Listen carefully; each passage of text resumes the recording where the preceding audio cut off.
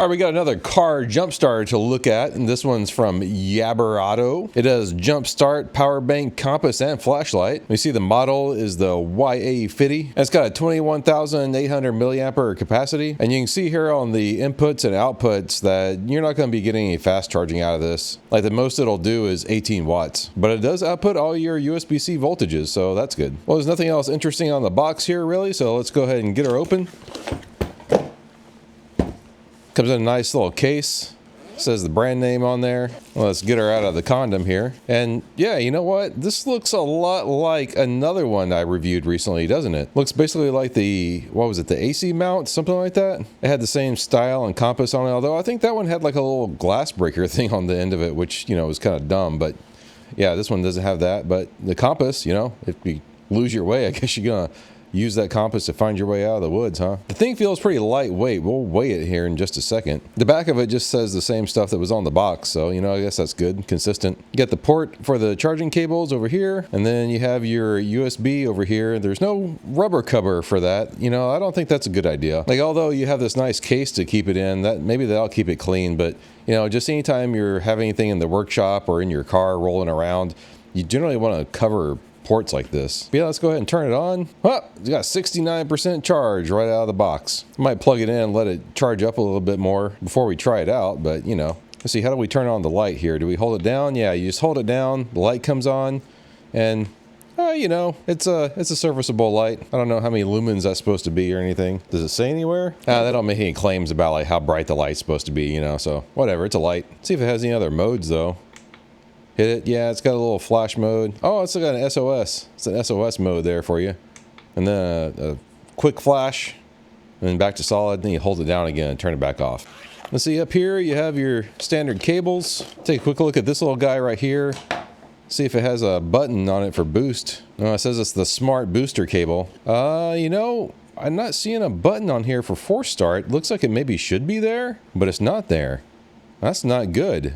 I have to take a look at the manual and make sure it even has the option for a force start. Like these things, you got to have that option. Because most of the time, you know, these things have little nannies in here to prevent, I don't know, from you completely shorting these things out.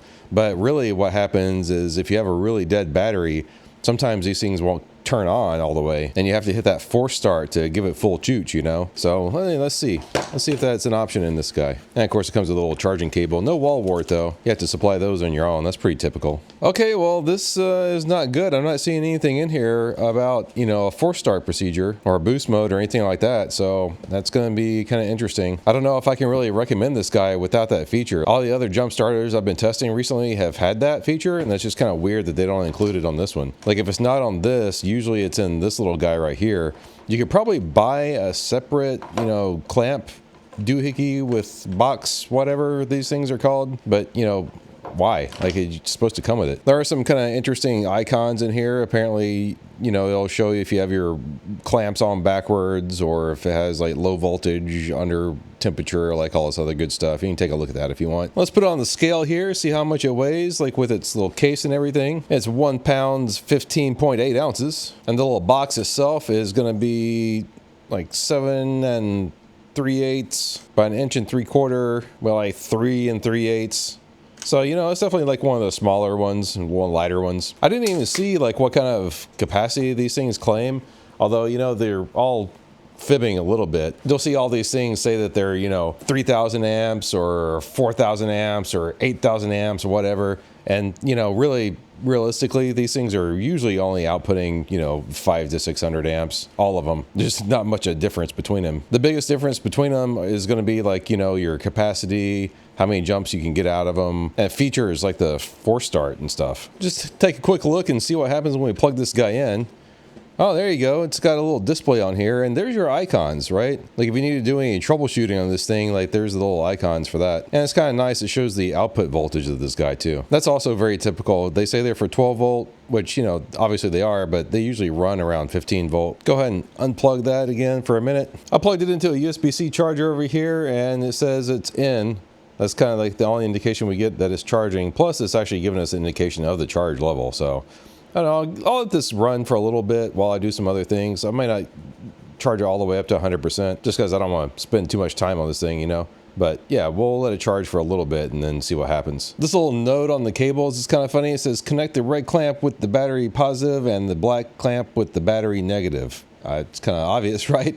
But if you flip it over, it says do not connect the red clamp with the black clamp, otherwise you may lead to danger. In other words, yeah, you don't want to short these things out. It's just kind of funny they have to point that out, right? And speaking of the clamps, you know, they have some pretty good spring pressure right here. But if you look at the jaws themselves, the jaws are kind of puny. They're a little small, but yeah, geez. Yeah, they get good clamp pressure regardless. Yeah, according to the listing here, it's a 5,000 amp unit and it's a pretty reasonable $40 right now. You know, it didn't take very long for it to go from 69% to 96%. So let's go ahead and try this thing out. So I like using my tractor with these sort of tests because the battery unit is completely dead. And you know, it's got a diesel motor, which is high compression and they're hard to turn over. But yeah, as soon as I got this thing hooked up to the battery, you could hear it clicking.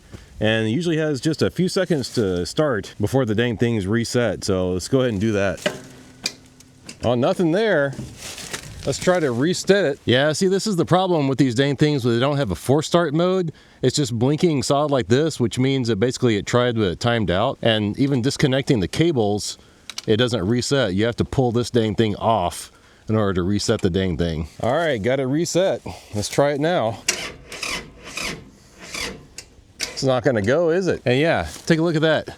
Again, it's got the little dashed lines. That really sucks. That's why they always need like a force start mode, because without that, you're just gonna have to keep like resetting this thing however many times trying to get it to work. And you know, the problem isn't like it being on. It's okay, it's dropped down to 78% from the 96 that it was. Well, let's reset it again one more time. Give it another chance. Hey, it finally did it. It's a little on the weak side, but it did it. All right, let's give it a little try on my A-Barth here. We can see that it went from 96% down to 65% just trying to start the tractor there. Well, let's get it hooked up. It's clicking away. The battery in the A-Barth here isn't completely dead, but it's a little weak, so we'll give it a try. It tried to start, but no go. It's because the multi-air brick is, you know, probably drained out of oil, you know. Oh, wow, look at that. Of course, we have to come back out here and we have to freaking reset it because it has no force start mode. You have to unplug this thing and it's still like hitting the dash lines because it's detecting the battery, right? You have to unplug it from the freaking battery and then plug it back into this. What a pain in the butt, you know? Try it again. There we go. Okay, she's gonna spring to life now.